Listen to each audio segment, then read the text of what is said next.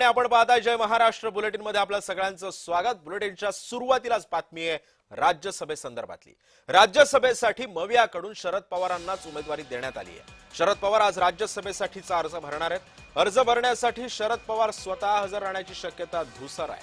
विधिमंडळातील अधिकारी सिल्वर ओकवरती जाऊन अर्ज भरून घेतील असं सुद्धा सूत्रांकडून समजतंय।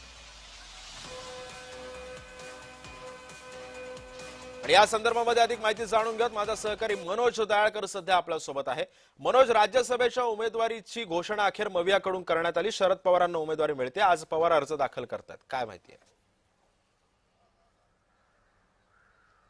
बरोबर सिद्धेश, राज्यसभा उमेदवारीचा अर्ज भरण्याचा आजचा शेवटचा दिवस आहे आणि काल आपण मिळतं भाजपकडून 4 नावंही घोषित करण्यात आलेली आहेत आणि महाविकास आघाडीकडून आपण बघितलं तर एक नाव हा घोषित करण्यात आलेला आहे आणि त्यावरती शरद पवार यांच्या नावावरती आपण बघितलं शिक्कामोर्तब या ठिकाणी झालेला आहे। काल आपण बघितलं तर काँग्रेस आणि राष्ट्रवादी शरद पवार गटाकडून सुप्रिया सुळे यांनी पत्रकार परिषद घेत आपण बघितलं तर शरद पवार यांच्या नावाची घोषणा केलेली होती आणि त्या अगोदर आपण बघितलं सुप्रिया सुळे आणि जयंत पाटील हे उद्धव ठाकरे यांना जाऊन मातोश्री निवासस्थानी भेटलेले होते आणि त्यांच्यामध्ये चर्चा देखील झालेली होती आणि त्यानंतर आपण बघितलं काल शरद पवार यांच्या नावावरती शिक्कामोर्तब झालेली होती, कारण की तिन्ही पक्षांमधून एकच जागा होती आणि या जागेवरती सातत्याने अलबेल होता आणि या जागेवरती आपण बघितलं तिन्ही पक्षाकडनं दावा केला जात होता। पण अखेर या ठिकाणी शरद पवार यांना या ठिकाणी शिक्कामोर्तब झालेला आहे आणि आज विधिमंडळातील जे अधिकारी आहेत ते शरद पवार यांच्या सिल्वर ओक निवासी जाऊन